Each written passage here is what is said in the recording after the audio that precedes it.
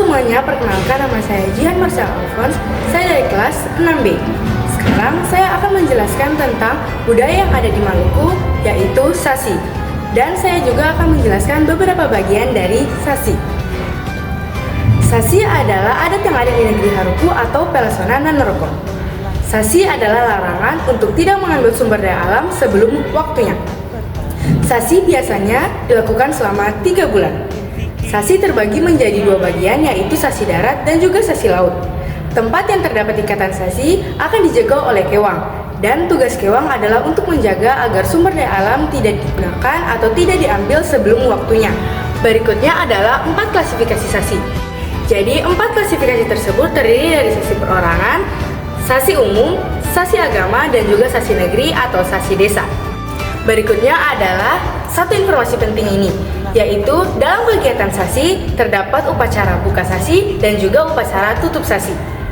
Jadi upacara buka sasi adalah upacara yang dilakukan di rumah Baileu dengan melantunkan kapata-kapata atau nyanyian adat.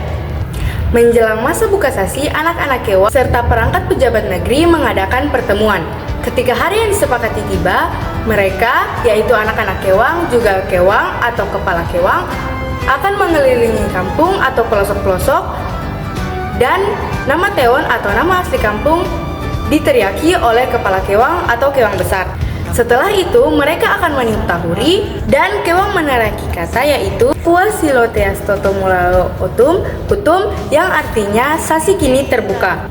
Sebagai tanda terima kasih, biasanya keluarga yang hasil panennya telah disasi atau telah dilakukan sasi, biasanya mereka memanen hasil terbaik mereka untuk diberikan kepada tokoh agama atau perangkat pejabat negeri.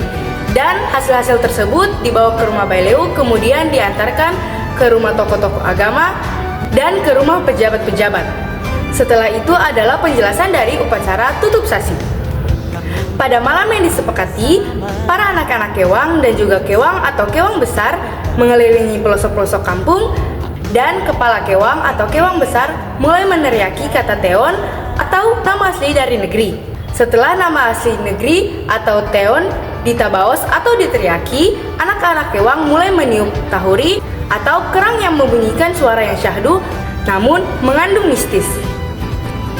Kemudian setelah itu, kepala kewang atau kewang besar akan meneriaki Siloo yang artinya sasi. Kemudian anak-anak kewang menjawab Meseo yang artinya tetap.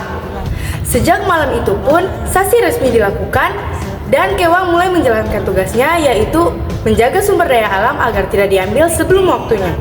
Selanjutnya, dari antara 4 klasifikasi tersebut akan terpilih 1. Oke, karena yang terpilih adalah sasi agama, saya akan menjelaskan apa itu sasi agama.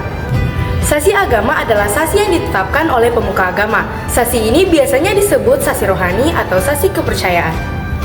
Sasi ini berkaitan dengan kepercayaan atau agama asli dari masyarakat.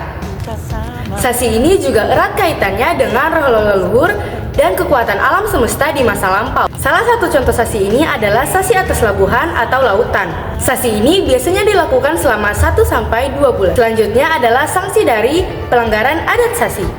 Sanksi dilaksanakan oleh penguasa negeri atau arwah leluhur. Sanksi yang paling berat atau sanksi yang paling ditakuti oleh warga adalah sanksi yang diberikan oleh roh leluhur. Oleh karena itulah orang-orang takut untuk melanggar sasi. Sanksi sasi terdiri dari 2 bagian, yaitu sanksi material dan juga sanksi formil. Sanksi material adalah pokok perbuatan yang dapat dipidana, sedangkan sanksi formil adalah cara-cara kewang mempergunakan wewenangnya untuk menerapkan pidana pada si pelaku pelanggar sasi. Hukuman yang akan diberikan oleh perangkat negeri atau pejabat negeri adalah hukuman fisik seperti dicambuk, dikenakan denda, kerja paksa, dan juga dikucilkan di tengah-tengah kehidupan masyarakat. Dan kita sudah berada di penghujung informasi, yaitu kesimpulan dari hal yang saya presentasikan hari ini. Kesimpulan yang dapat kita ambil dari materi sasi ini yang berkaitan dengan Alkitabiah adalah kita diajarkan untuk tidak boleh serakah dalam mengambil sumber daya alam, dan kita harus menjaga serta melestarikan ciptaan Tuhan.